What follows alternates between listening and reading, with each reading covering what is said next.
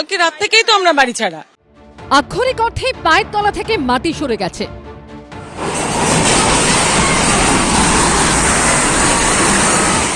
বাঘাযতীনের বহুতল বিপর্যয়ে রাতারাতি আশ্রয়হীন বহু পরিবার। কিন্তু এর দায় কার? এই বহুতল হেলে পড়ার পর সামনে আসছে চাঞ্চল্যকর সব তথ্য। অভিযোগ, 3 তলা অবধি তৈরির অনুমতি থাকলেও 4 তলা অবধি নির্মাণ করা হয়। জানিয়ে স্থানীয়রা আঙুল তুলেছেন এলাকার তৃণমূল কাউন্সিলরের দিকে। বেআইনি কাজ, দেখুন 3 তলার ফাউন্ডেশন 4 তলা করেছে, কোনো পাইলিং নেই, পুরো ডোবা জমি, তার মধ্যে এই ফ্ল্যাট বানিয়েছে জোর জুলুম, পুরো ডোবা, কোনো পাইলিং টাইলিং কিচ্ছু নেই। যখন 4 তলা হয়েছে, কাউন্সিলর তো ছিল, ওই মিতালি ব্যানার্জি ছিলেন, তখন সবাই তো জানেন।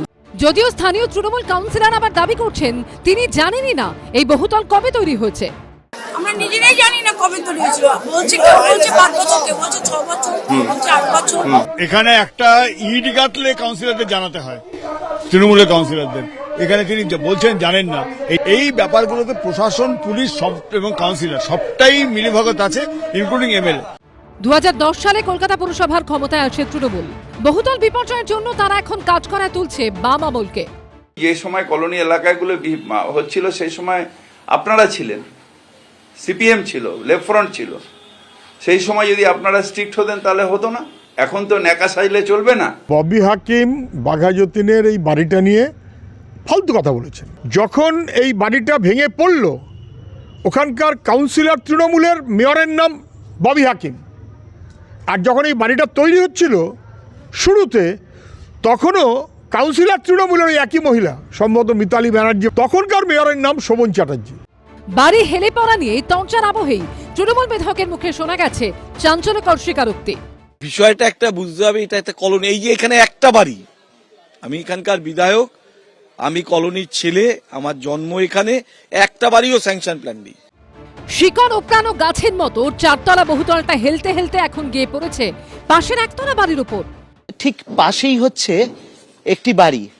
এই বাড়িতেও একজন বাসিন্দা থাকতেন। অনেক রাতে তিনি ফিরতেন। সৌভাগ্যক্রমে দুপুরবেলা তিনি ছিলেন না যে সময় এই ঘটনাটি ঘটেছে। আমরা দেখতে পাচ্ছি যে এই পুরো ফ্ল্যাটটি কিন্তু হেলে এই একতলা যে বাড়িটি রয়েছে তার উপর পড়েছে, এবং একতলা বাড়িটি প্রায় গেঁথে গিয়েছে এই ফ্ল্যাটের মধ্যে। তো এখান থেকে আমরা দেখতে পাচ্ছি এই যে ফ্ল্যাটটি হেলে পড়েছে, তার দূরত্ব সামান্য, প্রায় হাত বাড়ালেই ছোঁয়া যাবে এরকম দূরত্বেই রয়েছে এই বাড়িটি। এবং এটা ছাদ না একটা স্লিপ সেটা বোঝা যায়। একদিকে ঢাল হয়ে গিয়েছে, এবং ঢাল হওয়ার পরে সেটি নিচে আরেকটি ছোট একতলা বাড়ির ওপর ঝুঁকে পড়েছে।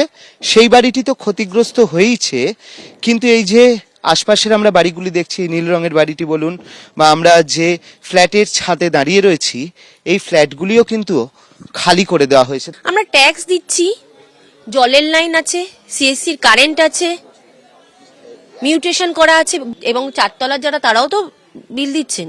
আমাদের বিরুদ্ধে কোনো কেসটা কোনো যুক্তিযুক্ত ব্যাপার, কারণ আমরা কিনে এনেছি, আমরা ল্যান্ডলর্ড না, আমরা বলিনি 4 তলা বানান। আমাদের মতো সর্বস্বহারী এখন কেউ এই মুহূর্তে নেই। এই হেলে পড়া বহুতলের প্রমোটার সুভাষ রায় এখনো অধরা। বুধবারও বাঘাযতীন বাজার এলাকায় তার বাড়িতে পৌঁছেছিল এবিপি আনন্দ, কিন্তু সেখানে কারো দেখা মেলেনি। আমরা এই মুহূর্তে সেই বাড়িতে রয়েছি যেখানে কিন্তু এস রয় এম রায়, অর্থাৎ স্বামী স্ত্রীর নামের প্রথম অক্ষর দিয়ে কিন্তু বাড়ির নেমপ্লেট করা, B20 বাঘাযতীন। এই মুহূর্তে আমরা বাড়ির সামনে রয়েছে, দেখা যাচ্ছে যে তালা বন্ধ অবস্থায় রয়েছে। সুভাষবাবু বা তার ছেলে এমনকি স্ত্রী এই মুহূর্তে কেউই বাড়িতে নেই। বাঘাযতীন বাজার এলাকায় প্রমোটারের দোকানে গিয়েও দেখা যায় সেখানে তালা ঝুলছে। ফলে দায় ঠেলাঠেলির মধ্যে প্রশ্ন হলো, যে মানুষগুলো রাতারাতি আশ্রয়হীন হয়ে পড়লো তারা এখন কি করবেন? অর্ণব মুখোপাধ্যায়, হিন্দল দে ও বিজন চক্রবর্তীর রিপোর্ট, এবিপি আনন্দ।